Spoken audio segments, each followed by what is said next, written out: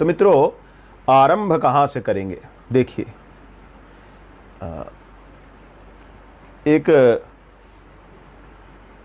18 महापुराणों में, हमारे सनातन धर्म में एक पुराण है, श्री पद्म पुराण, जो सर्वथा प्रामाणिक शास्त्र है। और इस पद्म पुराण के किसी भी वचन पर किसी सच्चे धर्मानुयायी को कहीं कोई शंका नहीं है। स्वाभाविक भी है। ये कैसे संभव है कि हम सनातनी अपने सदग्रंथों पर शंका करें? हाँ, ऐसे मूर्खों की कमी नहीं है जो पुराणों को कपोल कल्पना कहते रहते हैं, या फिर जो उन्हें पचता नहीं है उस अंश को बोल देंगे कि ये तो स्वीकार्य नहीं है। लेकिन हम उनमें से नहीं है। हमारे लिए तो श्री हनुमान चालीसा जी से लेकर के और 4 वेद तक का सारा जो शास्त्र अथवा शास्त्रानुकूल ग्रंथ है, सब स्वीकार्य है। कहीं कोई समस्या नहीं है। समस्या व्यक्ति के यहाँ होती है, ग्रंथों में कोई समस्या नहीं है। तो पद्म पुराण में, मेरे हाथ में इस समय पद्म पुराण है, और पद्म पुराण मैं आपको दिखा देता हूं, जैसी हमारी आदत है। नहीं तो कोई कहेगा कि ऐसे ही बोल दिया, वहां तो ऐसा कुछ नहीं था। तो मैं कैमरे को जरा घुमाऊंगा, आप लोग देख लें।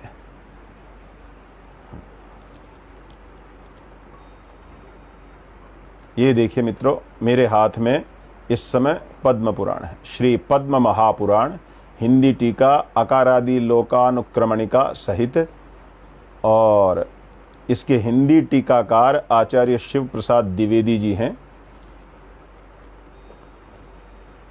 तो जैसा कि आप लोगों ने देखा, मैंने इसके उत्तरखंड को खोला है, और उत्तरखंड में अध्याय संख्या 236 को लेकर के हम चर्चा कर रहे हैं।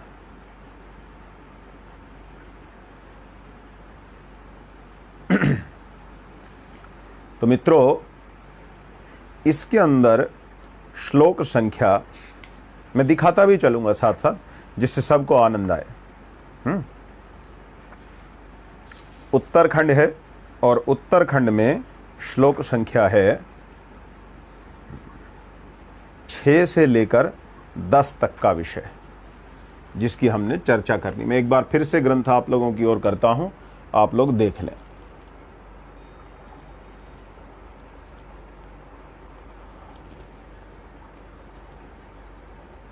ये आप देख रहे हैं, श्लोक संख्या 6 देखिए।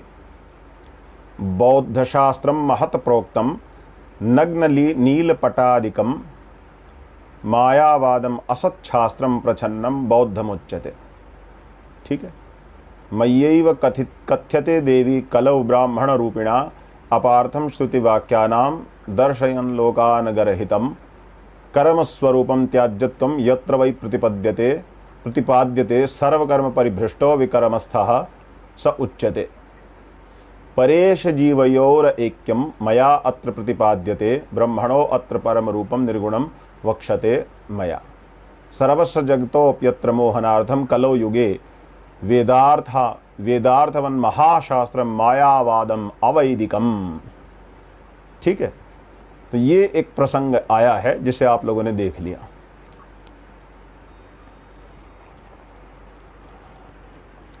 इसकी हम चर्चा करेंगे। ठीक है, ध्यान से देखें सब लोग। बौद्ध शास्त्रम महत प्रोक्तम नग्न नीलपटादिकम मायावादम असच्छास्त्रम प्रछन्नम बौद्धम उच्यते। ये भगवान शिव ने ये श्लोक बोले हैं। मय्यैव कथ्यते देवी कलौ ब्राह्मण रूपिणा अपार्थम श्रुतिवाक्यानाम दर्शयन् लोकगरहितम। ठीक है। तो इन श्लोकों का एक, ये जो शिव प्रसाद द्विवेदी जी हैं, ये स्वयं भी वैष्णव हैं जिन्होंने अनुवाद किया है, और उनके ही अनुवाद को आपके सामने मैं पढ़ करके भी सुना देता हूं। वे लिखते हैं, महान बौद्ध शास्त्र का प्रणयन किया, नीलपट आदि मायावाद आदि असत शास्त्र को प्रछन्न बौद्ध कहते हैं। हे देवी, कलयुग में ब्राह्मण रूपधारी मैंने लोक निंदित श्रुतियों का अपार्थ करने वाला दर्शन बनाया। उसमें कर्मों को परित्याज्य बतलाया गया है। सभी कर्मों से भ्रष्ट विकर्मस्थ वह कहलाता है। इसमें जीव और ईश्वर की एकता बता दी है, उसमें मैंने परम ब्रह्म का निर्गुण रूप प्रतिपादित किया है। कलयुग में सबको मोहित करने के लिए वेदार्थ के ही समान अवैदिक मायावाद का विस्तार पूर्वक वर्णन किया गया है। ठीक है मित्रों, तो ये जो प्रसंग है मैंने आपको दिखा दिया, आपके सम्मुख उसका पाठ कर दिया। अच्छा, आप में से जिन लोगों को इस विषय में बोध नहीं है, जिसके ऊपर आज हमने चर्चा करनी है, क्या ईमानदारी से सोचिए, आपको इन श्लोकों को सुनकर कहीं भी ऐसा आभास हो रहा है कि भाई यहाँ कोई आदि शंकराचार्य जी का कोई विषय आया है?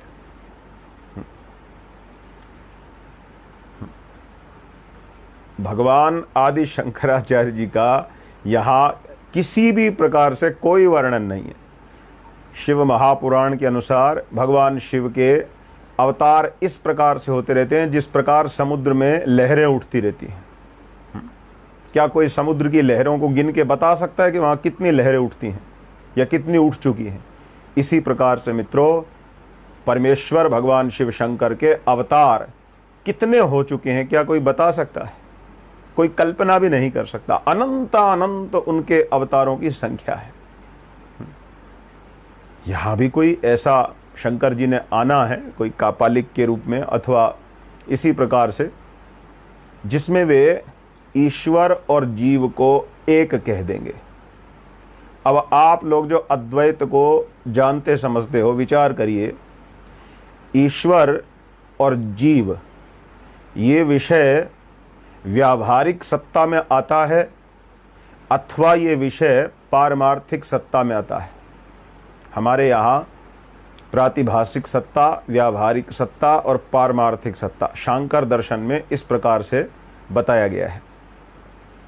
तो व्यावहारिक दशा में ईश्वर, जैसे कहा परेश जीवयोर ऐक्यम, तो जो परमेश्वर है अथवा ईश्वर हैं उनका और जीव का एकत्व क्या आदि शंकराचार्य ने कहीं किया है? जब परमेश्वर अथवा ईश्वर की माया नामक उपाधि और जीव की अविद्या नामक उपाधि अथवा अंतःकरण आदि उपाधि को हटा देते हैं तो शुद्ध स्वरूप में क्या शेष रहता है? केवल ब्रह्म शेष रहता है। तो पारमार्थिक रूप से ही दोनों का एकत्व प्राप्त होता है। लेकिन ईश्वर और जीव व्यावहार दशा में भी एक है। क्या इस प्रकार का वचन किसी भी शांकर मत के जानने वाले ने कहीं किया है? कहीं नहीं किया। यहाँ तक के जो सामान्य छात्र हैं अद्वैत परंपरा के, वे लोग भी ऐसी त्रुटि नहीं करते। तो फिर ईश्वर और जीव को एक कहने वाला, बिना भाग त्याग लक्षणा इत्यादि ये सब प्रयोग किए, सीधे सीधे एक कहने वाला या प्रतिपादन करने वाला जो शिव का कोई रूप प्रकट होगा, उसको शंकराचार्य किस प्रकार से माना जाए?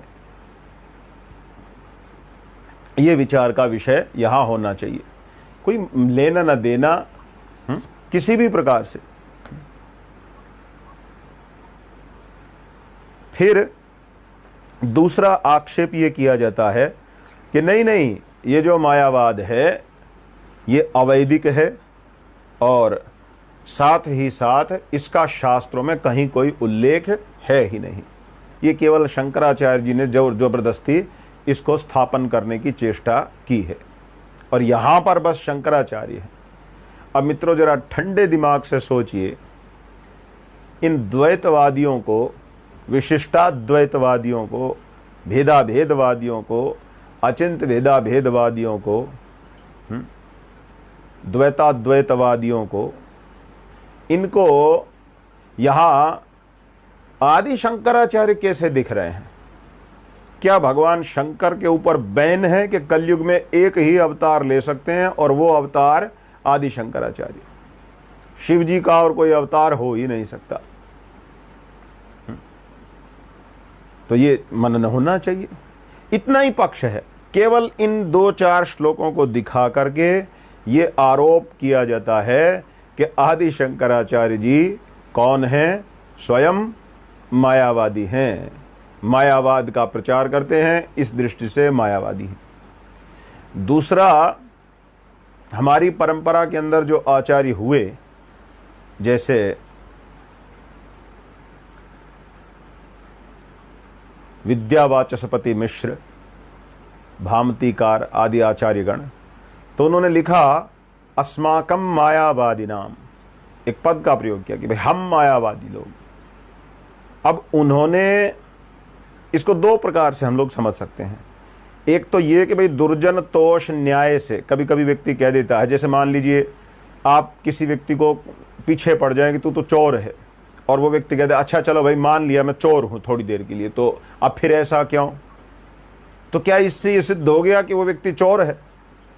तो इसीलिए हमारे प्राचीन आचार्यों ने यदि कहीं पर अस्माकम मायावादी नाम आदि वाक्य का प्रयोग दुर्जन तोष न्याय से कर भी दिया, तो क्या इतने मात्र से हम लोगों के ऊपर मायावादी होने का ठप्पा लग गया? एक बात। और जो कोई कहे कि नहीं उन्होंने दुर्जन तोष न्याय से नहीं किया है, उन्होंने इसे सही में ही किया है, तो मित्रों अभी तो मैंने पद्म पुराण पर इन लोगों का जो पक्ष है वो आपके सामने रखा है, ठीक है। अब हम वो भी बात आपके सामने रखेंगे कि जो मायावाद शब्द है, बिल्कुल यही शब्द जो इन लोगों ने प्रयोग किया है और पुराण में भी आया है, ये कोई एक ही प्रकार का नहीं है। एक मायावाद शास्त्रीय मायावाद है। आप लोगों ने पीछे हमारा एक वीडियो सुना था ना, जिसमें हमने क्या कहा था? शास्त्रीय जातिवाद और दूसरा स्वार्थी जातिवाद। अब देखो, जातिवाद शब्द से जिस व्यक्ति को ठीक से नहीं पता वो भ्रमित हो जाता है, वो सोचेगा भी जातिवाद मतलब ये वाला जातिवाद तो सारे एक जैसे हैं, है ना। इसी प्रकार से मायावाद शब्द देखा और लो जी बुरी बात है, तो बेकार चीज है, फालतू की बात है।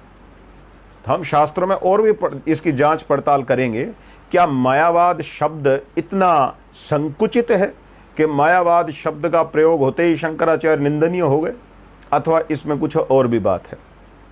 इसके लिए मित्रों मेरे हाथ में इस समय सौर उपपुराण है, मैं आप लोगों को दिखाना चाहूँगा। पुनः एक बार देखिए,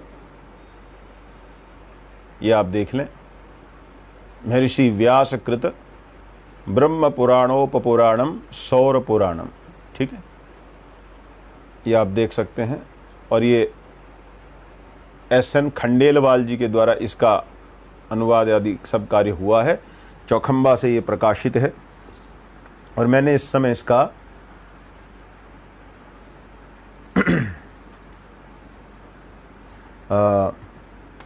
अध्याय संख्या 40 खोल रखा है। यद्यपि इस विषय को लेकर के हमने अलग से एक और लाइव करना है, क्योंकि यहाँ और भी बड़े काम की बातें हैं, तो वो सब भी कहना जरूरी है। लेकिन अभी केवल इसमें से हम आपको क्या दिखलाएंगे कि भाई जो मायावाद जो शब्द है,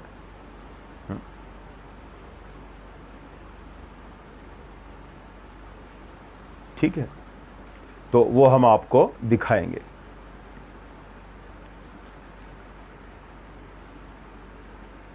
देखिए, ये जो ग्रंथ है इस समय मेरे हाथ में, सौर पुराण का अध्याय 40 और श्लोक संख्या जो भी हैं बाद में, पहले मूल श्लोकों को एक बार देख लीजिए।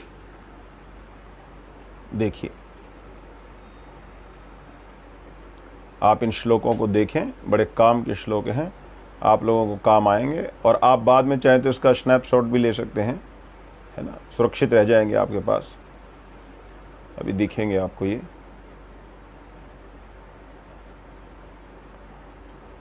क्या कारण है स्पष्ट नहीं आ रही है पिक्चर।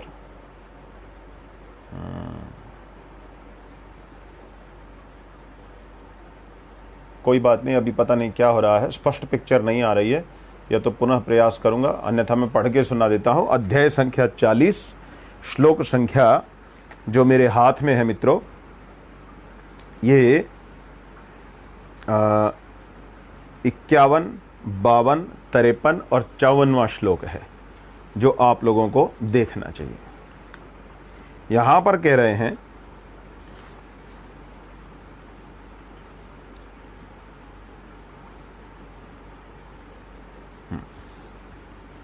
कि भाई ये जो मायावाद जो शब्द है इसको ठीक से जानिए।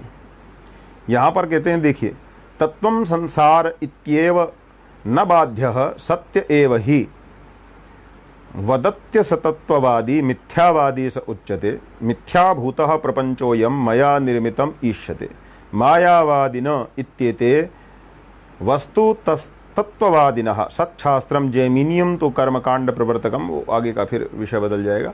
तो अब इसका जो अर्थ काशी चौखंबा वालों ने किया है वो भी पढ़ के सुना रहा हूं।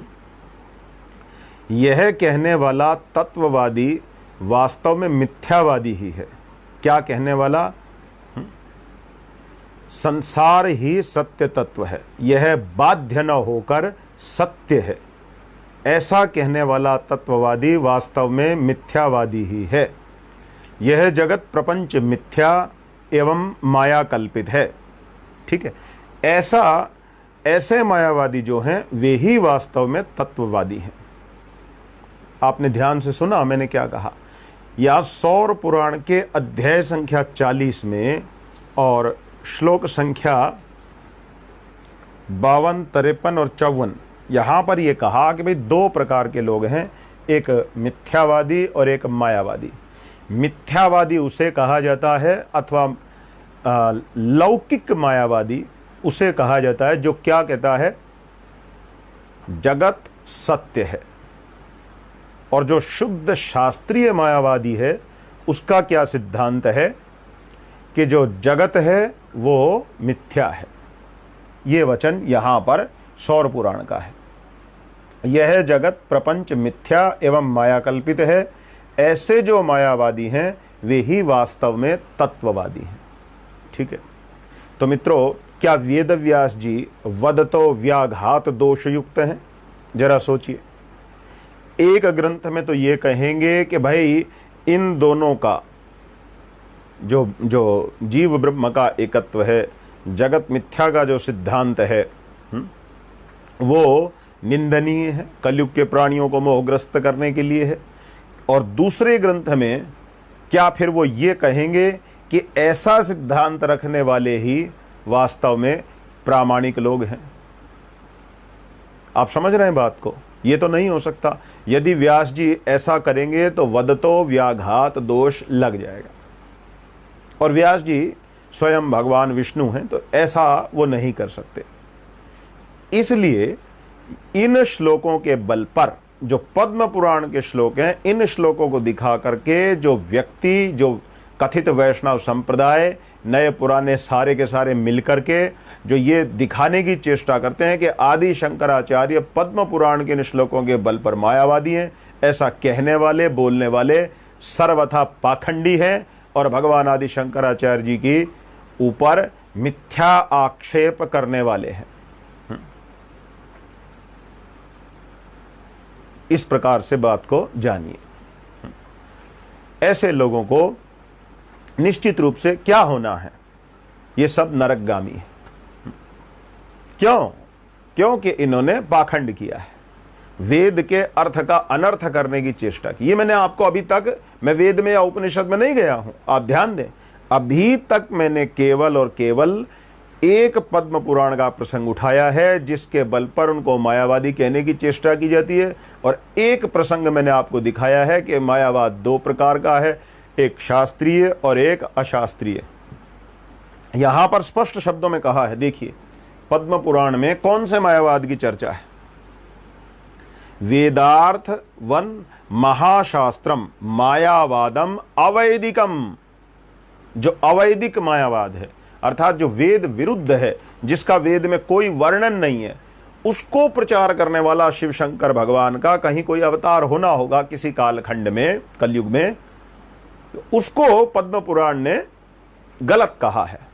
किंतु जिस मायावाद का वर्णन, जिसकी प्रशंसा एक अन्य पुराणांतर अर्थात सौर पुराण में उसी शब्द का प्रयोग करके की जा रही है, जैसा मैंने आप लोगों के सामने पाठ करके भी सुनाया, मायावादिनः मिथ्याभूतः प्रपंचोयम, स्पष्ट शब्दों का प्रयोग किया, मिथ्याभूतः प्रपंचोयम मया निर्मित ईष्यते मायावादिन इत्येते वस्तु तत्त्ववादिनः, वास्तव में वही तत्ववादी मायावादी गण हैं। कौन? जो लोग क्या कहते हैं कि भाई ये जो जगत है वो मिथ्या है और ये सारा प्रपंच सत्य पदार्थ नहीं है, ये मिथ्या है।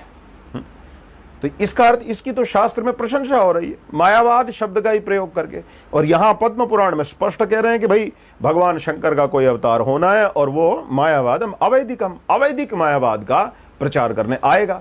तो जो अवैदिक मायावाद का प्रचार करने आएगा उसका नाम भला वैदिक मायावाद का प्रचार करने वाले के साथ जोड़ना, ये ऐसा ही है जैसे शुद्ध शास्त्रीय जातिवाद को राजनीति से प्रेरित जातिवाद बतलाना। तो क्या मित्रों ये ईमानदारी वाली बात है? ऐसा करने वालों को ठग कह दें तो हमने क्या कुछ गलत कह दिया? शास्त्र ने जगत को सत्य मानने वालों को, या इसी प्रकरण में जहां ये मायावाद शब्द प्रयोग हुआ है, स्पष्ट रूप से मिथ्यावादी कहा है। तत्वम संसारम इत्येव न बाध्य सत्य एव ही। देख लीजिए, ये मैं नहीं बोल रहा हूं, 52वां श्लोक सौर पुराण 40वां अध्याय कह रहा है तत्वम संसारम, ये संसारी तत्व है, इति एव न बाध्य, और इसका बाद नहीं हो सकता। क्यों? सत्य एव ही। क्यों? क्योंकि जगत सत्य है। वदति सतत्ववादी, ऐसा जो खुद को तत्ववादी कहते हुए इस प्रकार का जो सिद्धांत रखते हैं, मिथ्यावादी स उच्यते, उनको तो मिथ्यावादी कहा जाता है, झूठ बोलने वाला कहा जाता है। तो मिथ्यावादी शब्द इनके लिए शास्त्र ने प्रकट किया है, इसका आप विचार करें। ये कोई मैं अपनी तरफ से नहीं कह रहा हूं। ये श्लोक 51 से 54वां श्लोक है 40वें अध्याय का। ठीक है, तो इस पर आप विचार कर सकते हैं।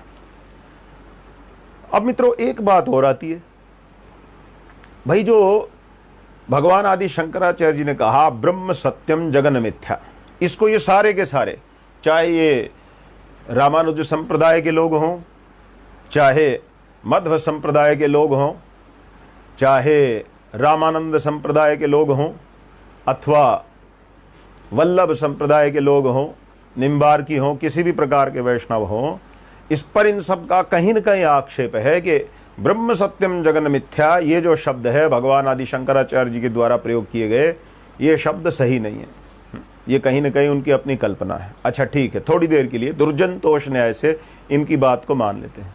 तो अब जरा शास्त्र में झांकते हैं, शास्त्र क्या कहता है।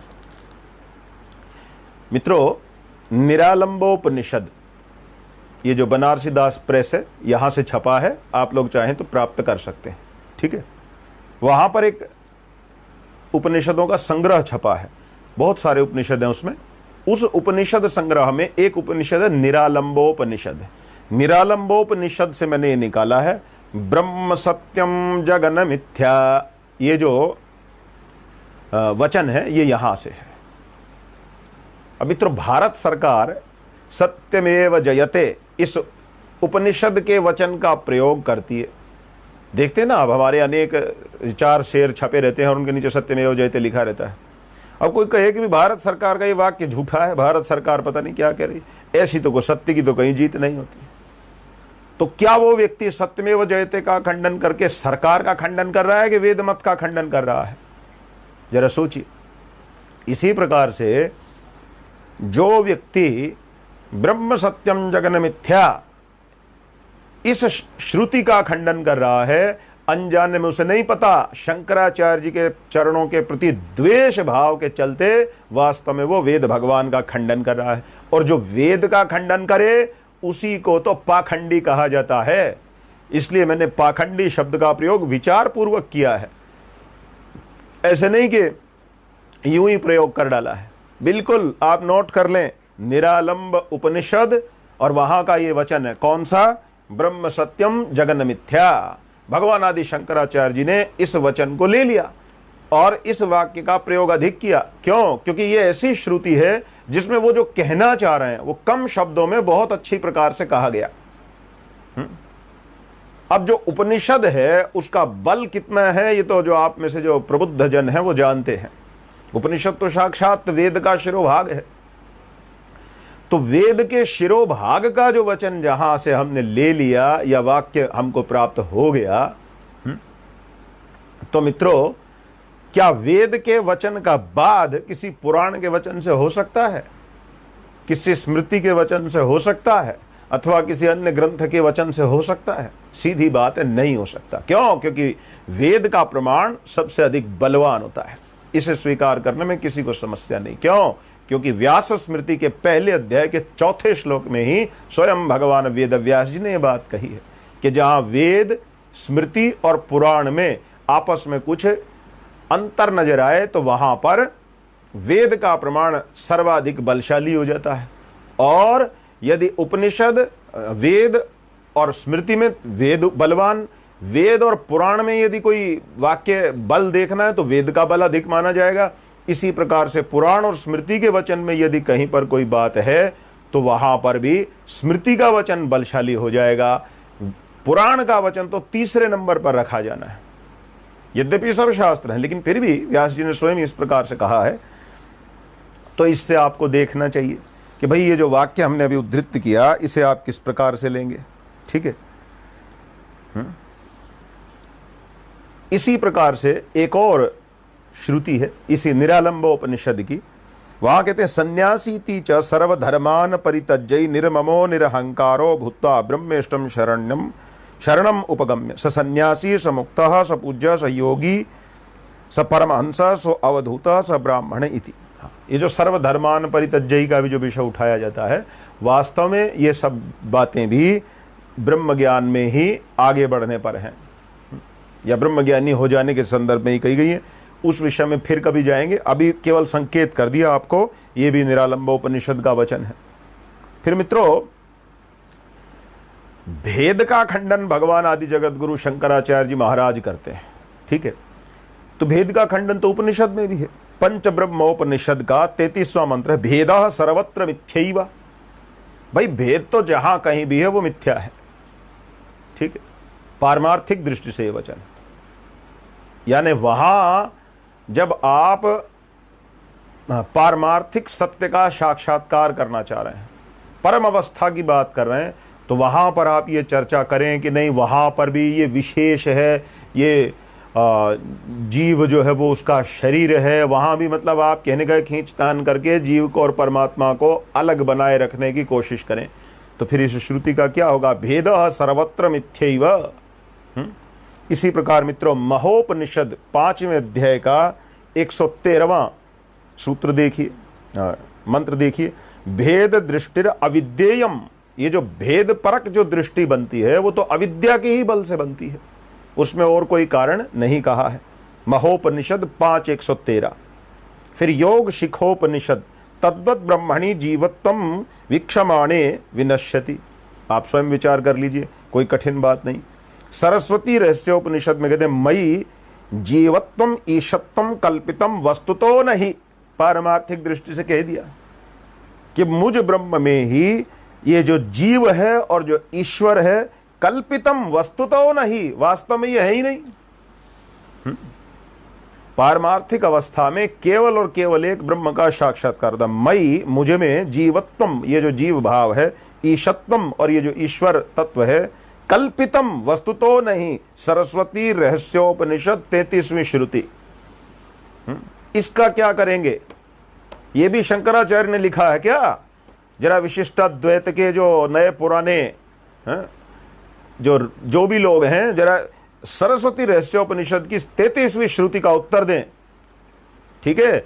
मध्वाचार्य के लोगों को बड़ा चाव है सब समय दिखाने का कि सर्वत्र केवल और केवल द्वैत ही है, द्वैत ही है, कहीं भी द्वैत के बिना कुछ नहीं होता। तो इस पर विचार करना चाहिए।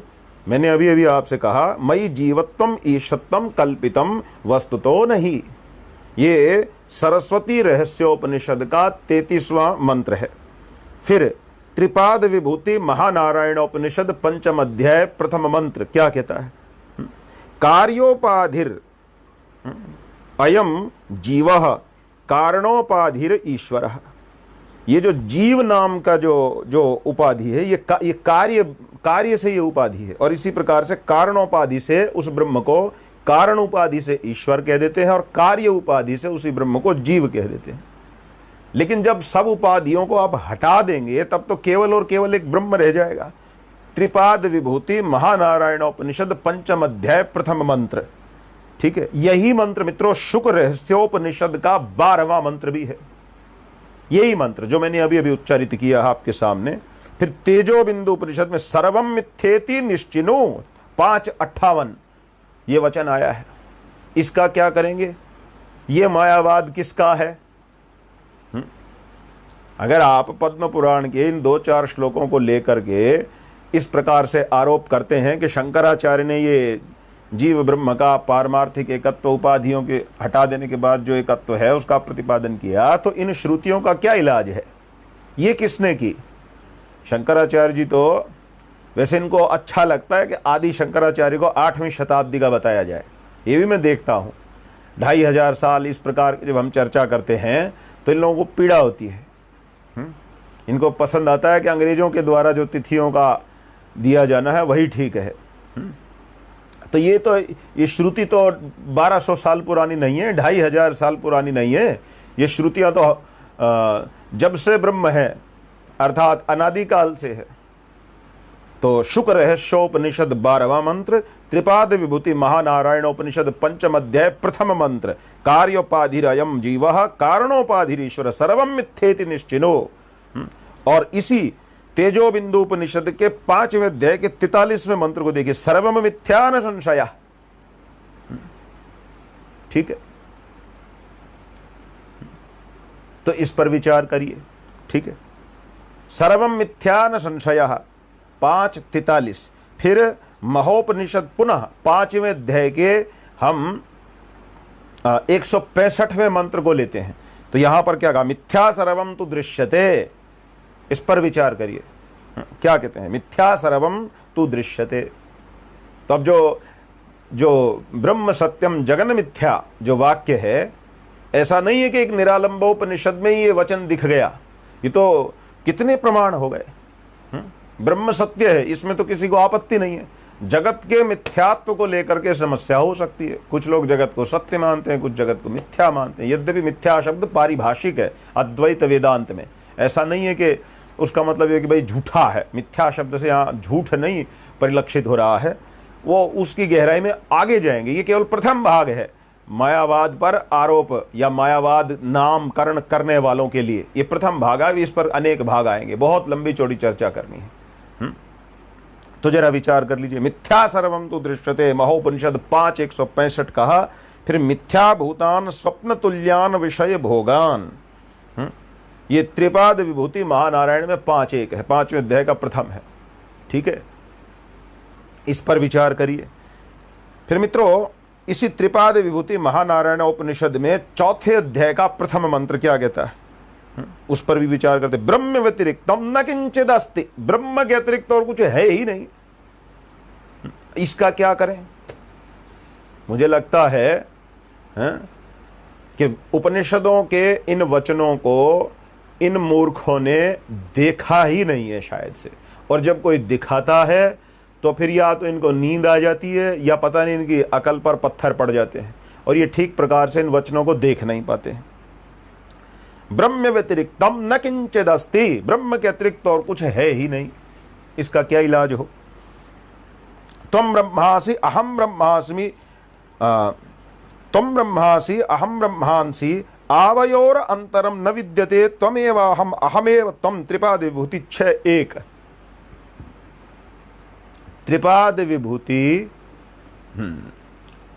अरे ये सोचिए, ये कुछ एक लोगों का ये स्तर है। मैं उपनिषदों के प्रमाण दे रहा हूं, पूछ रहे हैं गीता क्या करें? विचार कर लीजिएगा इतने से ही। तुम ब्रह्मासि अहम ब्रह्मासि, मित्रों इस वचन पर विचार कीजिए। तू भी ब्रह्म है, अहम ब्रह्मांसि, मैं भी ब्रह्म हूं। आवयोर अंतरम न विद्यते, हम में और तुम में कहीं कोई अंतर नहीं है। किस दृष्टि से? पारमार्थिक दृष्टि। व्यवहार दशा में ये सब वचन नहीं घट सकते हैं। मुझे लगता है ये बात कहने की आवश्यकता ही नहीं है।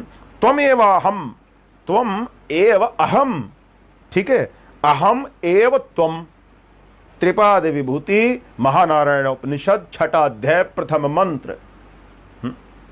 आए जरा उठ करके, बड़े बड़े जो तार्किक गण हैं, जो स्वयं को बहुत बड़ा विद्वान समझते हैं, और मेरे इन द्वारा उद्धृत इन वेद मंत्रों को बताएं वे क्या कहते हैं। अभी पोल खुल जाएगी, कितने एक बड़े वैदिक बने फिरते हैं। जो पक्का वैदिक है उसके लिए वेद प्रमाण है या अपना संप्रदाय प्रमाण है, इसका परीक्षण करके देखें।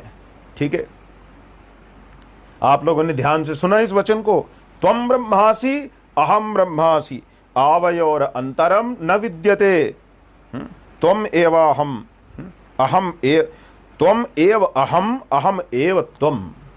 ठीक है, इस पर विचार कीजिए। त्रिपाद विभूति 6:1 यह हमने कहा। फिर मित्रों और आगे बढ़, तेजो बिंदु उपनिषद 6 अध्याय 73वां मंत्र क्या कहता है? मत्तो अन्यद अस्ति चेन मिथ्या यथा मरुमरीचिका। भगवान आदि शंकराचार्य मरुमरीचिका का उदाहरण देते हैं। रेगिस्तान में जिस प्रकार से जल का भ्रम हो जाता है, तो ये लोगों को लगता है कि ये जो एनालॉजीज दी जा रही हैं, इस प्रकार के जो भगवान शंकराचार्य जी के द्वारा दृष्टांत प्रस्तुत किए जा रहे हैं, उनमें दम नहीं है। ठीक है, और उसकी तोड़ मरोड़ कर व्याख्या करने की चेष्टा करते हैं। थोड़ा नेटवर्क में समस्या आई, इसलिए क्षण का विलंब हो सकता है आप लोगों को, कोई बात नहीं, फिर से चल पड़ा है। मित्रों देखिए, इसी प्रकार जैसे मैंने आपसे कहा, तेजो बिंदु 6:73 ने क्या कहा? मत्तो अन्यद अस्ति, मत्तः अन्यत अस्ति चेत मिथ्या। मुझसे अन्य जो भी पदार्थ है, ब्रह्म के अतिरिक्त जो भी पदार्थ है, वो सब मिथ्या है, यथा मरुमरीचिका। ठीक है, और फिर त्रिपाद विभूति महानारायण उपनिषद के 8वें अध्याय के प्रथम मंत्र में देखिए, मद व्यतिरिक्तम सर्वम बाधितम, मेरे अतिरिक्त जो भी कुछ है सबका बाध हो सकता है, और जो बाध हो सकता है जिसका, उसके विषय में क्या कहें? मद व्यतिरिक्तम बाधितम न किंचिद अस्ति, मेरे अतिरिक्त कुछ भी ऐसा नहीं है जिसका बाध न किया जा सके, और जिसका बाध हो सकता है वो सत्य नहीं हो सकता। ठीक है, ये त्रिपाद विभूति महानारायणोपनिषद 8वें अध्याय प्रथम मंत्र हमने आपके सामने उद्धृत किया। तो मैं कहना ये चाह रहा हूं, जब पद्म पुराण ने स्वयं ही कह दिया, फिर से जरा विचार कर लें, जो वाक्य कहा, सर्वस्य जगतोप्यत्र मोहनार्थम कलो युगे वेदार्थवत् महाशास्त्रम मायावादम अवैदिकम, कि भगवान शिव का वो जो अवतार है वो उस मायावाद का खंडन करने आएगा जो अवैदिक है। अब भगवान आदि शंकराचार्य जी के सिद्धांत को तो शास्त्रीय मायावाद इस प्रकार से तो हम मान सकते हैं, लेकिन कोई ये कहे कि वो अवैदिक मायावाद है, तो फिर उसे इन सब वैदिक जो प्रहार हैं, ये जो वैदिक जो ब्रह्मास्त्र रूप श्रुतियां हमने उद्धृत की, इनका तोड़ लेकर के आना पड़ेगा। और यदि इनका तोड़ उसके पास नहीं है तो उसे हाथ जोड़ करके क्षमा मांग लेनी चाहिए कि हमसे बड़ी भारी भूल हुई है। और इसलिए आप लोग ये जान लीजिए, सनातन धर्म, हिंदू धर्म का वास्तविक अर्थ जो हम बार बार कहते हैं, वो स्मार्त अद्वैत परंपरा ही है। जो स्मार्त नहीं है, जो अद्वैतवाद को नहीं मानता, वो सब पाखंडी हैं। हम उनको अधिक महत्व नहीं देते, महत्व ही नहीं देते, अधिक का तो कोई प्रश्न ही नहीं है, और महत्व देने से कोई लाभ भी नहीं। आप उनको महत्व देंगे तो पछताएंगे, आज पछताएंगे या बाद में जाके पछताएंगे। अनुभव की बात यही है। इसलिए सीधी स्पष्ट बात है, स्मार्त अद्वैत परंपरा को आगे बढ़ाने के लिए हिंदुओं को आगे आने की आवश्यकता है। श्रीमद् भागवत जी की बात करते हैं, अरे भागवत का एक तो प्रयोजन है, और क्या प्रयोजन है भागवत जी का? सर्व वेदांत सारम, 12वें स्कंद में जाकर के अंत में स्पष्ट तो कह दिया है कि सारे वेदांत का जो सार है वो क्या है? ब्रह्मात्मैकत्व लक्षणम, इस प्रकार कैवल्यैक प्रयोजनम। ये सब भागवत के वाक्य हैं या नहीं है? भागवत के श्लोकों में ये सब कहा कि नहीं कहा? संभवतः 12वें स्कंद में है, इतना तो पक्का है, छोटा ही है। आप चाहें तो देख लें। ठीक है, देखिए हम किसी भी वचन को प्रक्षिप्त क्यों माने? जिसकी व्याख्या ठीक ठीक प्रकार से बन रही है तो उसको प्रक्षिप्त मानने की क्या आवश्यकता है? हाँ? चाहे किसी ने कुछ भी लिखा हो, जिसकी व्याख्या ठीक प्रकार से संभव है तो उसे किसी भी प्रकार से हम लोगों को मानने की आवश्यकता नहीं है कि ये प्रक्षिप्त है कि क्या है। जिसकी व्याख्या हो जा रही है सही ढंग से तो कुछ भी प्रक्षिप्त नहीं है। किसी ने कुछ भी लिखा हो उससे कोई अंतर नहीं आता है। तो जो बात मैं कहना चाह रहा था उस पर आप जरा विचार करें। यदि इस प्रकार से हम कहेंगे ये प्रक्षिप्त है तो वो कहेंगे देखा, जब उत्तर नहीं बन पड़ा तो बोले प्रक्षिप्त है। और प्रक्षिप्त क्यों माने? जब उसकी ठीक से सटीक व्याख्या हो रही है। हमें तो कोई आपत्ति लगी नहीं रही है पद्म पुराण के इन श्लोकों से, तो क्यों प्रक्षिप्त कहें हम इसको? यहाँ स्पष्ट शब्दों में आराम से इसकी व्याख्या बन रही है। क्या समस्या है इससे कि भाई हमारे दर्शन में हम ये मानते ही नहीं है कि जो व्यावहार दशा में ईश्वर और जीव का एकत्व हो ही नहीं सकता है। इसमें हमें क्या आपत्ति है? ठीक बात तो है। और फिर जो मायावाद, अवैदिक मायावाद होगा कोई, जिसे भगवान शिव ने आकर के नारायण की इच्छा से, जैसा पद्म पुराण का संकेत है, प्रचारित करना होगा तो वो करें। इससे हम वैदिकों को क्या समस्या है? तो इस प्रकार से मित्रों, जो मैं आपको दिखाना चाह रहा था वो मैंने आपको कुछ हद तक स्पष्ट किया है। इसे हम रोकेंगे नहीं, ये चर्चा का आरंभ है, समापन नहीं है। और इसलिए इस वचन को हम यूं ही नहीं निकाल सकते हैं कि भाई ये तो ऐसे ही है और इसको अब हमने आगे रखना ही नहीं है, या बस बात इतनी सी है।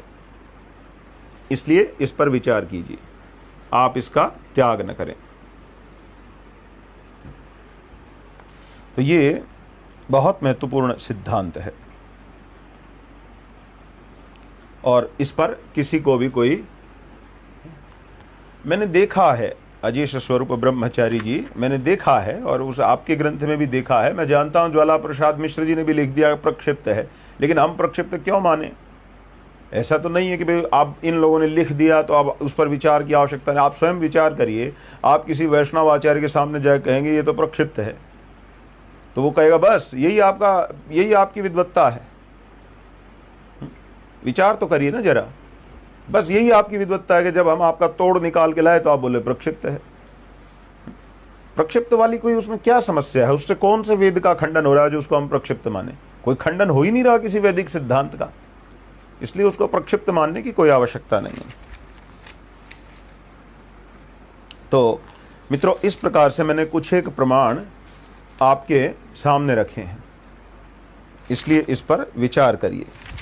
बड़ी गंभीरता से विचार करने की आवश्यकता है, तभी आप लोग इसको ठीक प्रकार से ग्रहण कर पाएंगे और समझ पाएंगे। अन्यथा तो बड़ी कठिनाई हो जाएगी और शास्त्र को ठीक प्रकार से जानने में सभी लोग परेशान होने लगेंगे।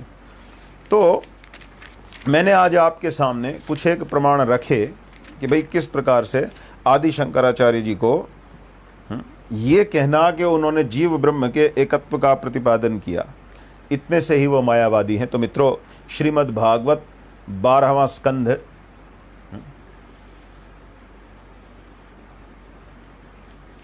अजेश जी हमारे आचार्य पूजनीय हैं, सभी आचार्यों के प्रति बहुत सम्मान का भाव है, लेकिन विचार इस प्रकार से नहीं किया जाता है कि उन्होंने माना है, उन्होंने माना। युक्ति क्या है मानने के पीछे? उस इन वचनों के ग्रहण करने से वेद के किस अंश का खंडन हो रहा है? यदि वेद के किसी सिद्धांत का इन अंशों को ग्रहण करने से खंडन हो, तब तो निश्चित रूप से हम लोग इसका प्रक्षिप्त होना माने। लेकिन यदि वेद के किसी मत का खंडन नहीं हो रहा, वेद के किसी सिद्धांत का, तो उसको फिर आचार्यों ने जो माना, आचार्यों को प्रणाम करते हुए भी हम उसे स्वीकार नहीं करेंगे। अच्छा देखिए, अब ये विषय हो गया, बार बार एक ही बात को कहने की आवश्यकता नहीं है। भागवत 12:13-12 सर्व वेदांत सारम यद ब्रह्मात्मैकत्व लक्षणम वस्त्वद्वितीयम तन्निष्ठम कैवल्यैक प्रयोजनम, ये श्रीमद् भागवत का सिद्धांत है। देखिए क्या कहते हैं भाई, सारे वेदांत का जो सार है वो है ब्रह्म और आत्मा का एकत्व लक्षण करने वाला ज्ञान। ठीक है, वस्त्वद्वितीयम तन्निष्ठम कैवल्यैक प्रयोजनम। अब विचार कीजिए, भागवत कह रहा है कि मेरा एक ही प्रयोजन है भाई, और क्या प्रयोजन है? कैवल्य में जीव की निष्ठा कराना। और श्रीमद् भागवत जी का अगर कुछ और भी प्रयोजन होता, जैसा कि दिखाने की चेष्टा की जाती है, तो भागवत फिर ये नहीं कहता कि एक प्रयोजनम, फिर भागवत कहता ये भी प्रयोजन है और भी बहुत सारे प्रयोजन है। भागवत में मेरा एक ही प्रयोजन, तो श्रीमद् भागवत की तो कोई समस्या है ही नहीं। श्रीमद् भगवत गीता जी के अंदर 18वें अध्याय का 20वां श्लोक क्या कहता है? ज्ञान के वहां 3 प्रकार किए और 3 प्रकारों को कह करके सात्विक ज्ञान की श्रेणी में किसे रखा? जिसमें कोई भेद की गंध भी, दुर्गंधी नहीं है, उसको रखा। और रजोगुणी ज्ञान उसको माना जिसमें सबके अस्तित्व को अलग अलग मानते हैं, अर्थात भेद का जो सिद्धांत है, भेद के सिद्धांत को सही मानना रजोगुणी ज्ञान भगवान ने कहा, और उस ज्ञान को सत्वगुणी ज्ञान कहा जिसमें भेद नहीं है। 20वें श्लोक में, 21वें में भेद ज्ञान की चर्चा की। तो गीता भागवत में कोई समस्या है ही नहीं। फिर और इस पर अगर हम आगे बढ़ें तो मित्रों,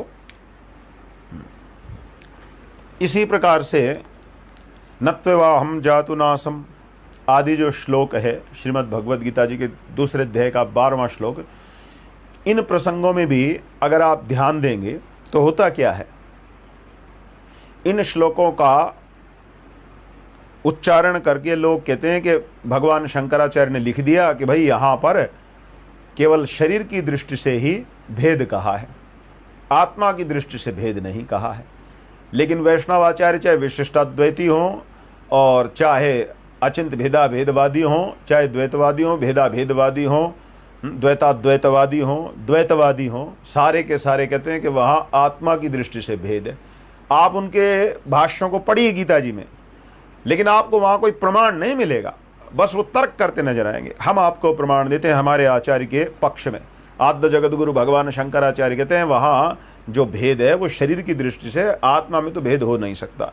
इसके लिए सूत्र संहिता के यज्ञ वैभव खंड में 10वें अध्याय का 42वां श्लोक है। मित्रों देखिए, आत्म भेदैस् तथैव आत्म ब्रह्म भेदैश्च सुब्रताः उपाधीन एव क्रियते न स्वतो मुनिपुंगवः। कि भैया ये जो भेद जो आप बता रहे हो वो उपाधि की दृष्टि से हो सकता है, लेकिन आत्मा में और आत्मा और ब्रह्म में किसी भी प्रकार का कोई भेद नहीं होता। तो ये सूत्र संहिता का प्रमाण हो गया। सूत्र संहिता स्कंद पुराण का एक भाग है। आप कहोगे स्कंद पुराण में तो खंड है, फिर ये संहिता कहां से आ गई? गीता प्रेस के संस्थापकों में से एक ये स्वयं भी वैष्णव रहे, हनुमान प्रसाद पोद्दार जी स्वयं अपने यहाँ से जो संक्षिप्त इन्होंने स्कंद पुराणांक निकाला है, उस संक्षिप्त स्कंद पुराणांक के अंदर संभवतः भूमिका भाग में उन्होंने सूचना दी है कि स्कंद पुराण 2 प्रकार से प्राप्त होता है। एक संहितात्मक प्राप्त होता है और दूसरा खंडात्मक प्राप्त होता है। जो संहितात्मक स्कंद पुराण है वो अभी भी नेपाल के कुछ एक पुस्तकालयों में उपलब्ध है, जिसमें से सूत्र संहिता का काफी प्रचार है। और इस पर हमारे एक आचार्य विद्यारण्य मुनि महाराज ने भाष्य भी किया है, जो दक्षिणामूर्ति मठ काशी जी से प्रकाशित है, तो वहां से प्राप्त हो सकता है। तो इसलिए ये प्रामाणिक शास्त्र है और इसमें किसी को कोई समस्या होनी नहीं चाहिए।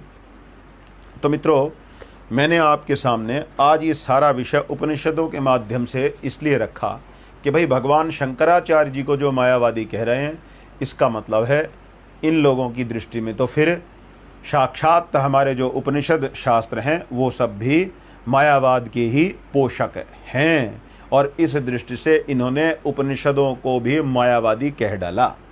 और जो उपनिषदों को मायावादी कहे तो ऐसे व्यक्ति के विषय में अब आप क्या करोगे, क्या कहोगे, किस प्रकार से सोचोगे, वो आपका अपना भी विवेक है, उस पर आप विचार कर लें तो अच्छा रहेगा। ठीक है, तो ये कुछ एक बिंदु थे जिसे हमने आज इसे एक श्रृंखला की तरह हम लोग चलाएंगे, जिसमें से मैंने आपके सामने एक आरंभ कर दिया है और इसको आगे हम बढ़ाएंगे। ये रुकने वाली चीज़ नहीं है, रोकने का मन भी नहीं करता। और ये जो इनके कथित वैष्णव आचार्य हैं, इनसे हमारा ये कहना है भाई कुछ एक प्रमाण तुम भी तो दो। अब हम लोग तो प्रमाणों की झड़ी लगा चुके, कितने प्रमाण हमने आपके सामने दे दिए, और आप में से जो हमारे विद्वान मित्र हैं वो तो जानते ही हैं, वो पहले से इनमें से अनेक प्रमाणों से परिचित हैं, और इसके अतिरिक्त भी वे न जाने और कितने सारे प्रमाण प्रस्तुत कर सकते हैं। इसलिए वो तो कोई समस्या उस रूप में मानी ही नहीं जा सकती।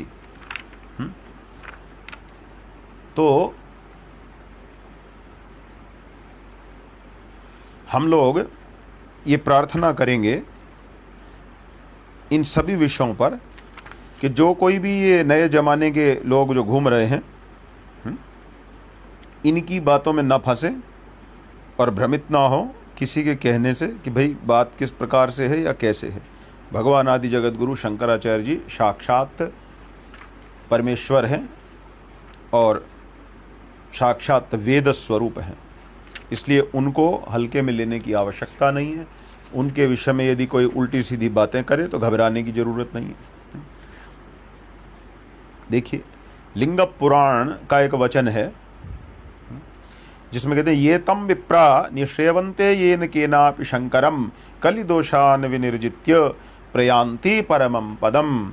लिंग पुराण के 40वें अध्याय में मित्रों 20वें से लेकर के और 21वां श्लोक और 22वें श्लोक का आधा अंश वहाँ जो प्राप्त होता है, तो उसके विषय में कहते हैं कलयुग में ब्राह्मण वेद विद्या और वैदिक कर्मों की जब निंदा करने लगते हैं, रुद्र संज्ञक विकट रूप नीललोहित महादेव धर्म की प्रतिष्ठा के लिए तब अवतीर्ण होते हैं। जो ब्राह्मण आदि जिस किसी उपाय से उनका आस्था सहित सेवन करते हैं वे परम गति को प्राप्त होते हैं। यह आदि शंकराचार्य जी के परमेश्वरत्व पर हमारा एक प्रमाण है। ठीक है, इस पर विचार कीजिए। आप कुछ नहीं समझे अनिरुद्ध दुबे जी, आपको क्या लगता है हम मतभेद रख रहे हैं? हम आपके सामने शास्त्रों के प्रमाणों की झड़ी लगा रहे हैं और दूसरे लोगों से आप 4 प्रमाण तो लाइए हमारे प्रमाणों को काटने वाले। कुछ नहीं समझे आप। पुनः इस वीडियो को ध्यान से सुनिएगा। कूर्म पुराण का प्रमाण देखिए। कलौ रुद्रो महादेवो लोकानामीश्वरः परः न देवता भवेन्द्रिणां देवतानां च दैवतम् करिष्यत्यवताराणि शंकरो नीललोहितः श्रोतस्मार्थ प्रतिष्ठार्थं भक्तानां हितकाम्यया उपदेक्षति तज्ज्ञानं शिष्याणां ब्रह्मसंगीतं सर्ववेदान्तसारं हि धर्मान् वेद निर्दिशितान् ये तं विप्रा निश्रेवन्ते येन केनोपचारतः विजित्य कलिजान् दोषान् यान्ति ते परमं पदम्। ध्यान दीजिएगा मित्रों, पद्म पुराण के इस अध्याय में इस श्लोक ने कहा है शंकर जी का ये जो कोई भी अवतार है जिसकी इस प्रसंग में चर्चा है पद्म पुराण में, वो मायावादम अवैदिकम, किसी अवैदिक मायावाद का प्रचार करेगा जिसमें व्यवहार दशा में जीव और ईश्वर को एक कहा जाता होगा। ऐसा होगा कोई मायावाद, हमें उससे क्या लेना देना है। लेकिन जो शुद्ध शास्त्रीय मायावाद है उसकी जहाँ तक बात है, जैसे मैंने आपको सौर पुराण से भी कुछ बातें दी। अब कली में जब देवों के देव महादेव, लोकों के परमेश्वर रुद्र, मनुष्यों के आराध्य देव नहीं रहेंगे, तब वे नीललोहित शंकर भक्तों के हित की कामना से श्रौत स्मार्त प्रतिपादित धर्म की प्रतिष्ठा के लिए विविध अवतारों को ग्रहण करेंगे। वे शिष्यों को वेद प्रतिपादित सर्व वेदांत सार ब्रह्म ज्ञान रूप मोक्ष धर्मों का उपदेश करेंगे। जो ब्राह्मण आदि जिस किसी प्रकार उसका सेवन करते हैं वे कलि प्रभव दोषों को जीतकर परम पद को प्राप्त होते हैं। तो आपने देखा श्रौत स्मार्त प्रतिष्ठार्थम भक्तानां हित काम्यया। आदि शंकराचार्य जी के अवतार का प्रयोजन तो श्रौत और स्मार्त धर्म की प्रतिष्ठा करना है। तो अब स्वयं सोचिए क्या समस्या है। पद्म पुराण कह रहा मायावादम अवैदिकम, कि भैया कोई अवैदिक मायावाद होगा जिसकी चर्चा करने वो आएंगे शिव जी उस अवतार विशेष में। लेकिन आदि जगत गुरु भगवान शंकराचार्य का जो अवतार है वो तो श्रोत स्मार्त प्रतिष्ठारतम भक्तानां हित काम्यया है। वो तो भक्तों की हित की कामना से अवतार हुआ है शंकराचार्य जी का। अब बताइए इन मूर्खों की समझ में इतनी सी बात नहीं आती कि क्या भगवान शंकर के पास दूसरा अवतार लेने की शक्ति नहीं है? क्या कलयुग में भगवान शंकर पर बैन है कि वो एक से ज्यादा दूसरी बार नहीं आ सकते?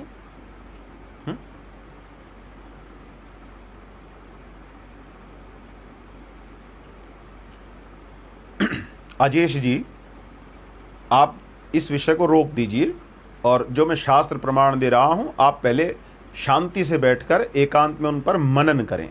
विचार करें मैं क्या कह रहा हूं। मैं कोई अपनी बात नहीं बता रहा हूं, मैं पद्म पुराण के श्लोक बोल रहा हूं, दिखा रहा हूं, और इसी प्रकार इधर अन्य शास्त्रों के कथन दिखा रहा हूं। आप समझने की कोशिश कीजिए, अंध भक्त की तरह मत चलिए, थोड़ा विचार पूर्वक चलिए। आप हमारे मित्र हैं, ठीक है ना, हम भटक जाएंगे या क्या होगा उस विषय में मत जाइए। अब देखिए मित्रों, ठीक है, इसी प्रकार से शुक्ल यजुर्वेद का एक मंत्र है, नमः कपर्दिने च व्युक्तकेशाय च शिखिमुंडी शिखिमुंडी जटिज्वाली, ये महाभारत अनुशासन पर्व से है। तो यहां पर भी मुंडी कहा है महादेव को।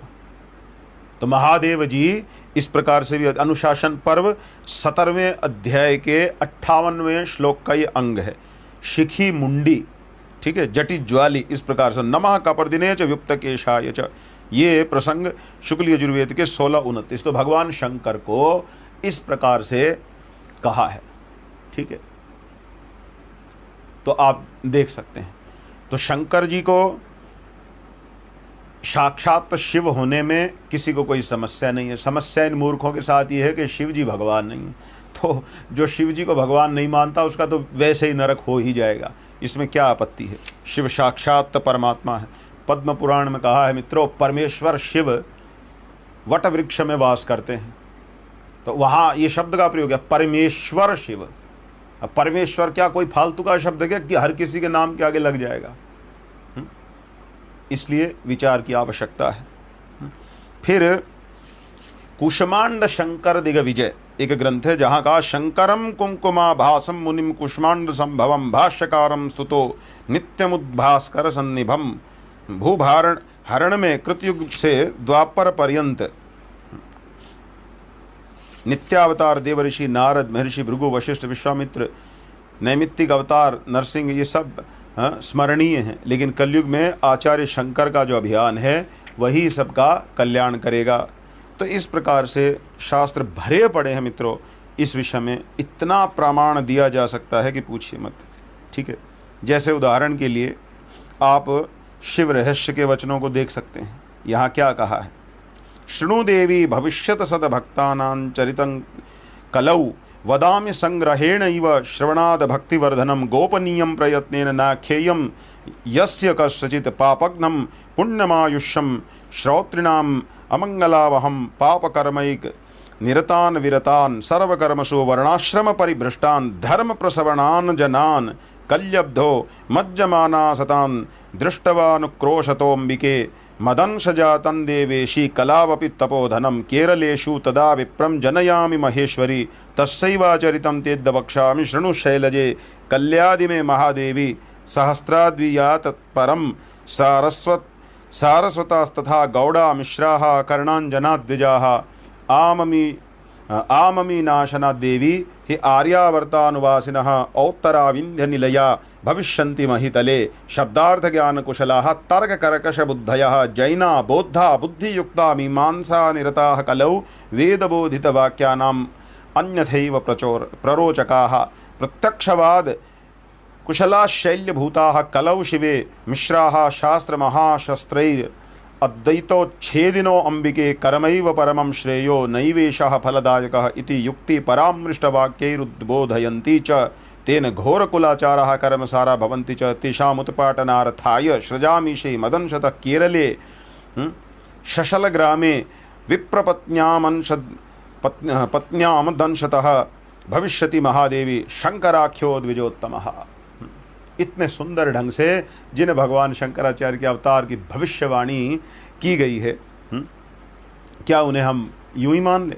मार्कंडेय संहिता का वचन है, लोकानुग्रह तत्परः परशिवः संप्रार्थितो ब्रह्मणा चार्वाकादि मत प्रभेद निपुणां बुद्धिं सदा धारयन् कालाट्याख्य पुरोत्तमे शिवगुरुर विद्याधिनाथश्च यः तत्पत्न्यां शिवतारके समुदितः श्री शंकराख्याम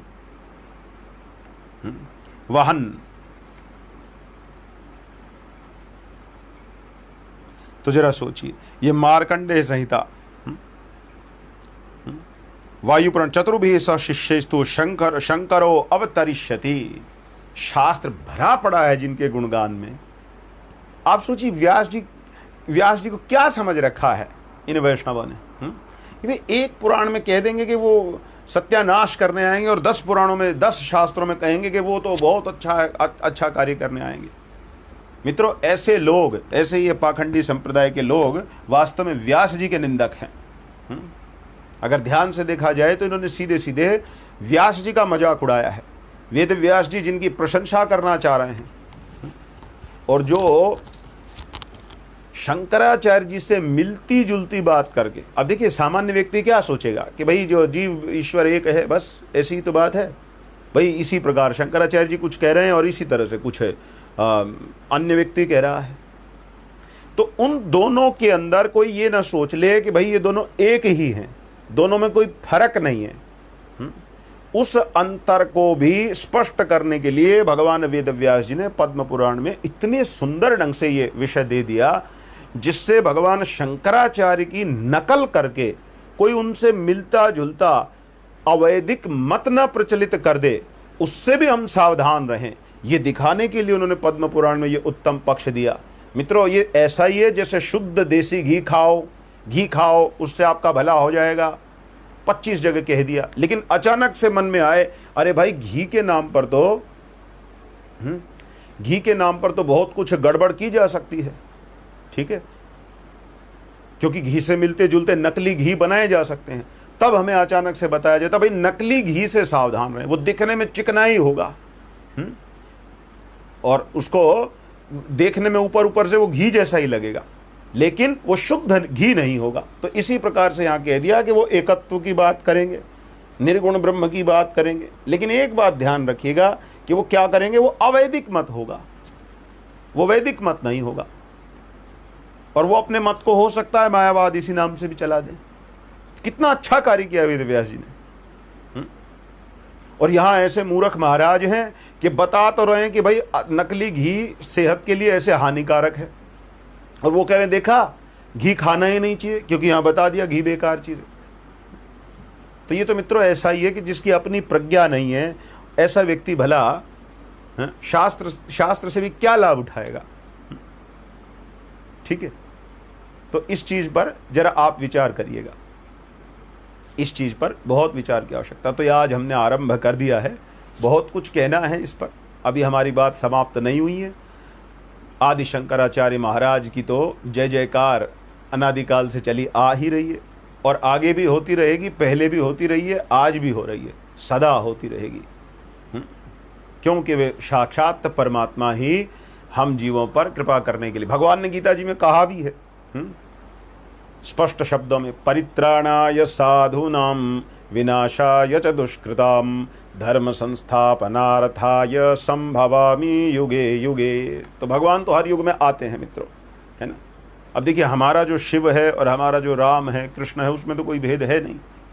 हमारा अर्थात शास्त्रों वाले शिव और कृष्ण में भेद नहीं है। इसके लिए हरिवंश पुराण देखा जा सकता है। हरिवंश पुराण में जिस समय भगवान कृष्ण का बाणासुर प्रसंग में, हरिवंश पुराण में वर्णन आता है मित्रों, बाणासुर के प्रसंग में जब भगवान शंकर का और भगवान कृष्ण का युद्ध होने लगा, तो उस समय माता पृथ्वी अत्यंत दुखी होकर ब्रह्मा जी के निकट गई। तो ब्रह्मा जी भगवान शिव के निकट जा करके कहते हैं कि प्रभु ये जो युद्ध हो रहा है, ये तो आपसे पहले ही इस पर विचार हो चुका है कि भाई असुरों के नाश के लिए श्री कृष्ण का अवतार हुआ है, तो अब आप इनको क्यों बचा रहे हैं। आप जरा ध्यान से देखिए, ये जो आपसे लड़ रहे हैं, क्या ये आपसे भिन्न है? ये तो आपका ही स्वरूप है। तो भगवान शंकर ध्यानस्थ होकर देखते हैं तो वे पाते हैं कि हाँ, ये तो ब्रह्म स्वरूप ही, जो मेरा ही ब्रह्म स्वरूप है, वही ब्रह्म स्वरूप श्री कृष्ण के स्वरूप में भी प्रकट हो गया है। तो श्री कृष्ण के साथ वे युद्ध से अलग हो जाते हैं। अब जैसे ही वो अलग हो गए, तब आनंद बढ़ गया। अब भगवान ब्रह्मा जी वहां सोचते हैं कि भाई इस चीज को और आगे कैसे बढ़ाऊं, और अधिक कल्याणकारी कैसे बनाऊं। तो अब जानते हैं उन्होंने क्या किया। उनके संग में जो अन्य लोग हैं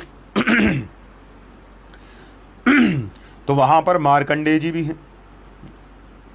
तो मार्कंडेय जी को देख करके भगवान ब्रह्मा मार्कंडेय जी से एक प्रश्न करते हैं। मैं आपको वो पढ़ के सुनाऊंगा हरिवंश पुराण से, आप देखिएगा, बड़ा सुंदर प्रसंग है। 721 पृष्ठ है। हरिवंश पुराण का विष्णु पर्व मैंने खोल रखा है और विष्णु पर्व के अंदर ये जो अध्याय संख्या है वो 25 अधिक शततमोध्याय जी, इसी अध्याय में है। मैं आपके सामने सीधे उसको खोल करके दिखा रहा हूँ। 125वां अध्याय है ये। और मार्कंडेय जी से देखिए, ब्रह्मा जी कहते हैं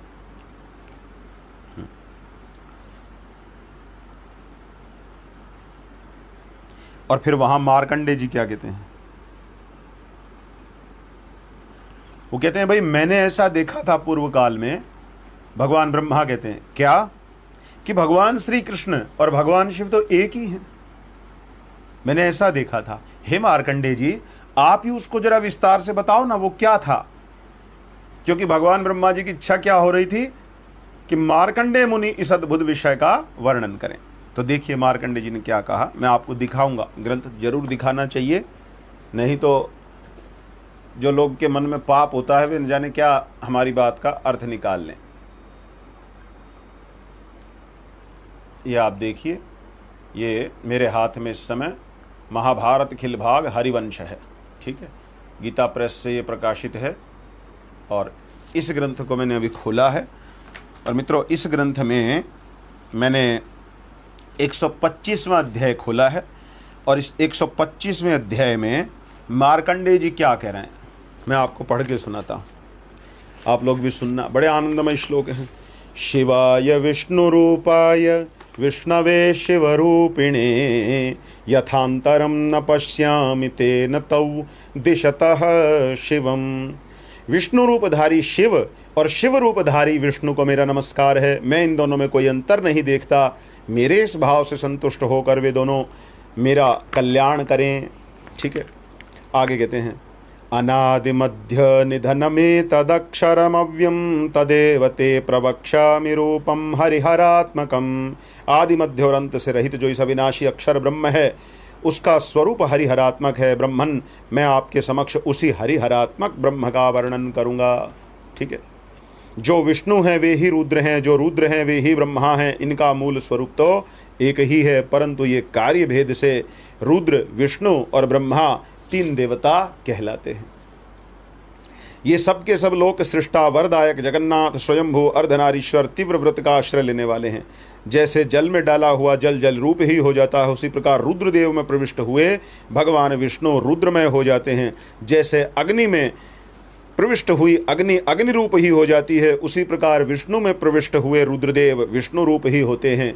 रुद्र को अग्नि स्वरूप जाने और भगवान विष्णु सोम स्वरूप माने गए हैं। इसीलिए यह समस्त जगत चराचर जगत अग्नि सोमात्मक कहलाता है। यह हरि और हर ही समस्त चराचर जगत के कर्ता, संहारक, शुभकारक और प्रभावशाली महेश्वर हैं। तो मित्रों, ये बड़ा सुंदर स्तोत्र है जो मार्कंडेय जी ने गाया है और काफ़ी बड़ा स्तोत्र है। तो मैं उसमें न जा करके अब अपनी बात के आज के वीडियो में इस विषय के इस प्रथम भाग में यहीं पर मैं इसको विराम दूंगा, कुछ एक अच्छी बातें कह करके जो आपके काम आएंगी। देखना, देखिए मार्कंडेय जी की एक और स्तुति है। नमः श्मशानवासाय नमः सागरवासिने नमो वृषभवाहनाय नमो गरुड़वाहिने। श्मशानवासी हर और समुद्र निवासी हरि को बारंबार नमस्कार। वृषभ वाहन हर और गरुड़ वाहन हरि को मेरा बारंबार नमस्कार है। अनेक अवतार धारण करने वाले हरि और बहुत से अद्भुत रूप धारण करने वाले हर को नमस्कार है। प्रलयंकर रुद्र और त्रैलोक्य रक्षक विष्णु भगवान को मेरा नमस्कार है। मित्रों, इस प्रकार स्तुति करके मार्कंडेय जी जो कहते हैं ना, वो सार हो जाएगा। अभी जो आज का पूरा 1-1.25 घंटे में हमने बातें कही हैं, सार हो जाएगा। कैसे, आप स्वयं समझिएगा। वो कहते हैं वेदवेत्ता व्यास जी, बुद्धिमान नारद, भरद्वाज, गर्ग, विश्वामित्र, अगस्त, पुलस्तर, महात्मा धौम्य आदि समस्त ऋषि महर्षियों ने एकत्र होकर जिनकी स्तुति की थी, उन्हीं भगवान रुद्र और महात्मा विष्णु के इस स्तोत्र को पढ़कर हरि हर एक है इस भाव से इस स्तोत्र को पढ़ करके जो इसका पाठ करता है वह इस जगत में निरोग बलवान होता है, इसमें संशय नहीं। वह सदा लक्ष्मी धन संपत्ति पाता है, स्वर्ग से कभी वापस नहीं आता, अर्थात परम गति ही पा जाता है। और दूसरी बात, प्रतिदिन इस हरिहर स्तोत्र का, हरि और हर एक हैं, इनमें भेद नहीं है, जो इस स्तोत्र का प्रतिदिन पाठ करता है मित्रों, वहां राक्षस, पिशाच, विघ्न आदि का भय उपस्थित नहीं होता। तो ये जीते जी राक्षस, ठीक है, ये सब ये राक्षस ही हैं, ये पाखंडियों को हम राक्षस श्रेणी में ही मानते हैं। तो ये सारे राक्षस और ये जीवित पिशाच और ये विघ्न उपस्थित करने वाले आध्यात्मिक जीवन में, सनातन धर्म की उन्नति में, वास्तव में ये सब नष्ट हो जाते हैं। तो मार्कंडेय जी के इन अद्भुत वाक्यों को सुनिए और इन कपटियों के बहकावे में मत आइए। इतना सुंदर ये अध्याय है जिसने पद्म पुराण के इस अध्याय ने, सोचिए कितनी अच्छी प्रकार से हमें शंकराचार्य जी के नाम पर जो मिलावट करने वाले पाखंडी हो सकते हैं उनसे बचा लिया। अगर ये अध्याय न होता और कोई भी कहता भाई सब एक है, सब एक है, हम तो सुन करके आनंदित हो जाते, ओहो ये तो वही है, हमारी वाली बात कर रहे हैं। लेकिन इस अध्याय की तो करुणा है कि हम सावधान हैं कि भाई शंकराचार्य जी से मिलती जुलती बात करके भी मूर्ख बनाने वाले आ सकते हैं, सावधान हो जाओ। लेकिन जिन्होंने सत्यानाश करना है वे तो रक्षक वचन को भी भक्षक वचन बना रहे हैं कि ये तो शंकराचार्य जी को ही मायावादी कहने वाला वाक्य है, जो किसी प्रकार से सिद्ध नहीं हो रहा। तो मित्रों, इस प्रकार से इनको प्रतिज्ञा हानि नामक दोष प्राप्त है। और इनका जो हेतु है तथाकथित, शंकराचार्य जी को मायावादी कहने वाला जो इनका हेतु है, वास्तव में वो हेत्वाभास मात्र है। क्योंकि वो हेतु न तो इनके पक्ष में है न सपक्ष में है, कहीं नहीं है वो हेतु, किसी भी प्रकार से नहीं घट रहा है। पता नहीं इनको क्या दिख रहा है। अंधे आदमी भी अगर ये कहे मुझे सब दिख रहे हैं तो मैं मान सकता हूं, लेकिन इन कथित मूर्खों के कहने से इन श्लोकों में शंकराचार्य जी मायावादी हैं ये कोई दिखाए तो ये बात मैं स्वप्न में भी स्वीकार करने को तैयार नहीं हूं। ये वीडियो यहाँ रिकॉर्ड में पड़ा रहेगा, जिसको अभी भी कोई आपत्ति शेष हो तो स्वागत है, आ करके यहाँ कमेंट कर सकता है या अन्य प्रकार से। तो इन जीवित भूत प्रेतों से, पिशाचों से, राक्षसों से यदि अपनी रक्षा करनी है तो मार्कंडेय जी ने हरिहर स्तोत्र दिया है, जिसमें हरिहर के एकत्व का प्रतिपादन हुआ है। मार्कंडेय मुनि को प्रणाम करते हुए, मार्कंडेय जी का ध्यान करते हुए हरिवंशोक्त हरिहर स्तोत्र का नित्य पाठ करें और आप लोग आनंदमग्न हो। अब आगे जो हमारा आचार्य जी ने बड़ा सुंदर संकेत किया है, छल है, और जो छल ये लोग कर रहे हैं तो उस परम छलिए के हाथों ये ही छल लिए जाएंगे, ऐसा निश्चित हम जानते ही हैं। तो इसलिए आज के इस कार्यक्रम को यहीं पर हम विश्राम देते हैं, समाप्त नहीं कर रहे हैं, क्योंकि ये तो आरंभ है। और अभी तो इस विषय पर बहुत लंबी चौड़ी चर्चा होनी, आज कुछ एक चर्चा हो गई है, 1 घंटे में आप स्वयं जानते हैं इस विषय को नहीं कहा जा सकता अच्छी प्रकार से। तो इसलिए इस वीडियो को अब शेयर करना आपकी जिम्मेदारी है। शुरू में नहीं कहा, अब कह रहा हूँ।